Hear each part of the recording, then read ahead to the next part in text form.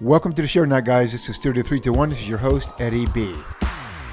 So the big battle in the press right now is, did Trump's attack on the nuclear facilities, did it really destroy the nuclear facilities, or did it just damage them? Okay, so if you're watching the news, of course, Trump says, yeah, it completely destroyed them. It was 100% success. So the Democrats are trying to counter that narrative because they can't just give them the win, which they should. And they're saying, oh, well, we don't know if it destroyed them. Maybe it just damaged them, this and that. And then they're getting all these opinions about how it could be, back up and running in 6 months or a year or whatever. Okay. The truth is none of that matters. All right. It doesn't. I'm going to explain to you why in a second. But first, guys, hit the like and subscribe button. Make sure you subscribe to my channel. It's free on YouTube and on Rumble, but it also helps spread the word. And that's what we're all about, getting the word out there. Like minds think alike, man. We got to spread the word. But anyway, so let's get down to it, okay?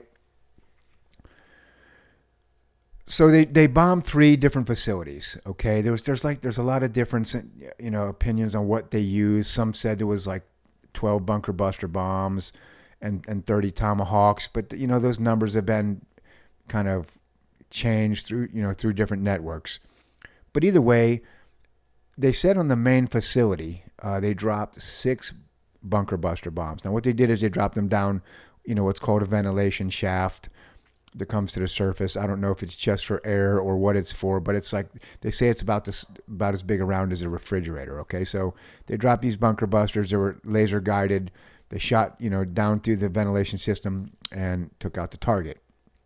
So obviously CNN's, been, trying to tear up Trump's narrative and, he didn't destroy the facilities, and, or the other one was, that they didn't destroy the uranium because they removed the uranium first. It's always something just to not give Trump the win, which is really silly because it's really not Trump. It's our military. You would think the CNN and the Democrats could just for once act like adults and, give credit where it's due and just move forward. That's the best way to get something out of the news. Talk about it, give them the credit if it's good, and then stop talking about it. But they can't do that. They got to stir up all this controversy, and it makes them just look dumb. So here's the thing. This is why it doesn't matter, okay, if it was completely destroyed or not. Number one, before this even happened, Israel had launched some attacks and some assassinations inside Iran. It was well known that they took out the majority of the nuclear scientists that worked on that project. So they were all killed. They took out a bunch of top generals, but they also took out a lot of the nuclear scientists, okay? So number one, I don't care if the facility was still open right now. You're not going to get anybody to work back out there again. It'd have to be at gunpoint, honestly. They'd have to basically be prisoners because nobody in their right mind is going to go back to work at that facility because every single day you're a target to be killed.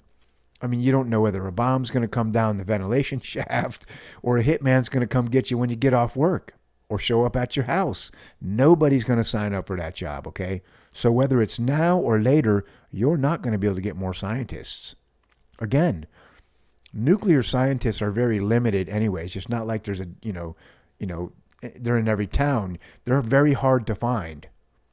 There's not many people in that field. And then to get ones that will cooperate with you under that kind of stress, I don't see it happening. That's not going to happen. You're not going to be able to get any more people to work on the project. Number 2, okay, our satellites are going to be parked over all 3 of those sites for at least the next year and a half, watching every single thing that goes on there. What kind of construction equipment's working there? What kind of diggers are they using? What's going on? We're going to know every single thing. They're going to analyze it up and down, left and right, every day for the next couple years. So it's not like they're going to be able to sneak anything in on us because they're not, okay? I guarantee you, even right now, there's satellites parked over that site, okay? So again, it's not like there's any big secrets going on. the news, they like to play all their dumb games, and they just turn it into these crazy narratives, but it's really not that complicated, okay? We're watching the whole thing unfold right now. Okay, next thing. We obviously proved how easy it was to bomb those sites, okay? Israel went in, cleared the way, took out all their air defenses. Got to give credit to Israel, man. I tell you what, for a country with, I believe, 9 million people, man, they have got one hell of an army and intelligence service. They really do. You got to give them credit on that, because them guys, man, they are top notch. But that's a side note. So, anyways, they took out all the air defenses. We went in there undetected, dropped the bombs, left, flew home, not a scratch on any plane, nobody killed, right? Perfect. Really, it's a perfect operation. Actually, this was funny. On a little side note, I saw a Republican the other day on TV say that they had a confidential briefing. All the Democrats were there on the Intel committee. All the Republicans were there. And now it's in what's called a secure SCIF. So in other words, they have their Intel meeting. They show what actually really happened, not what the press says. They show the real evidence of everything to each other. They don't, you can't have phones in there. There's no way to get that information. It's a secure SCIF. Okay. This Republican said that one of the ranking members, which is a leading member of the Democrat Intel Committee, stood up and said this is going to be considered one of the greatest military operations ever pulled off in the history of our country. And then, after saying that was a Democrat saying that. When they walked out of the secured SCIF, he told the press and everything that the operation was a failure and that nothing went right. And so again, that's what happens, man, in politics. It's just a bunch of lies all the time. I believe that it was 100% success. I do. I don't think there's a shelter in the world, even 300 feet underground, that could resist 6 bunker buster bombs. Those bombs are 30,000 pounds. They're like drill bits, man. They're designed to drive into the ground before they go off. They can go down to a certain depth before they go off. And you send them in one after another, and it just keeps digging holes deeper in the ground until you get to your target, and boom. You can't withstand that kind of stuff. I mean, those bombs are so big, they can basically create small earthquakes. I mean, they're like one notch under nuclear weapons, okay? So I don't believe any of those facilities survived. I think that's just a bunch of talk, from CNN and the Democrats, which, again, man, it's just disgusting that they can't give our own military and our own country the win on these situations. They just need to learn when to just, say a couple words about it. If you don't want to give them too much credit, say it was a great job by our military, very impressive, and then stop talking. Don't come up with all these fake narratives about what didn't work or what did work or whatever. So anyways, let me get back to the regular topic. So the truth is we could bomb them again at any time we want. They know that now. This was not a hard mission. It was a long mission. It was complicated, yes, but it wasn't hard. In other words, we didn't lose anybody. We lost no planes. We could do that a year from now if we needed to. We could do that 2 years from now. Israel would happily go in there and take out their air defenses again if we needed to do this. And we could just take in some more B-2s and drop them again. So the point is, it's not in Iran's best interest to reopen these facilities. Okay? Think of the cost of building those. They said the estimated cost was over $1 trillion over all these years to build these facilities. Okay, we wrecked them in one day. Let's just say for, since we don't know 100%, let's just say it was 50% destroyed, okay? Let's just say that. Now, I don't know if that's true, but let's just say that happened. It's 50% destroyed. So they got to go back in there. It's going to cost them another $1 trillion probably to first of all, you got to dig these things out, dig up the mess, refix everything. I mean, that's way more expensive than building from the beginning. So you're talking about now another $1 trillion spent. Why would you do that if the United States can just knock out your air defenses, fly another one in there and take it out again? That doesn't make any sense. And again, the whole time these facilities would be being rebuilt, you're going to have scientists getting assassinated, possibly the designers and workers getting assassinated on these jobs. Like nobody's going to do that, man. They're just not. It's not practical for their country to try to do this again, okay? So what do they do now? Well, I would say, you know, if they had any, if they, what they should do, honestly, is give up their conquest for nuclear weapons. But if they weren't going to, they'd be better off trying to buy them from some other country. Just buy weapons already made. But here's the problem. Other countries won't sell them to them because we will sanction them to death. Okay? In other words, if they went and tried to buy nuclear weapons from China that were already made, the entire world would revolt against that. We would sanction China. It would be bad, bad news for China, okay? Same with Russia, same with anybody else that has nukes, and everybody knows that. That's why they're not trying to get involved in any of this. Okay, now, so going back to the uranium, the Democrats were saying, oh, well, maybe the uranium was removed from these sites before they got bombed, so the uranium wasn't destroyed. Well, the whole point was not to destroy the uranium anyways. It was to destroy the site to process the uranium. Because without processing it and enriching it, it's useless, okay?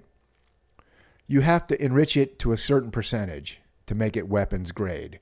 Until it's enriched to that point, it's not harmful as a weapon. Now, that takes a long time. It's very expensive to do that. Uranium is very expensive, okay? And it's not, you just can't buy that anytime you want. It's very controlled around the world, and hard to get.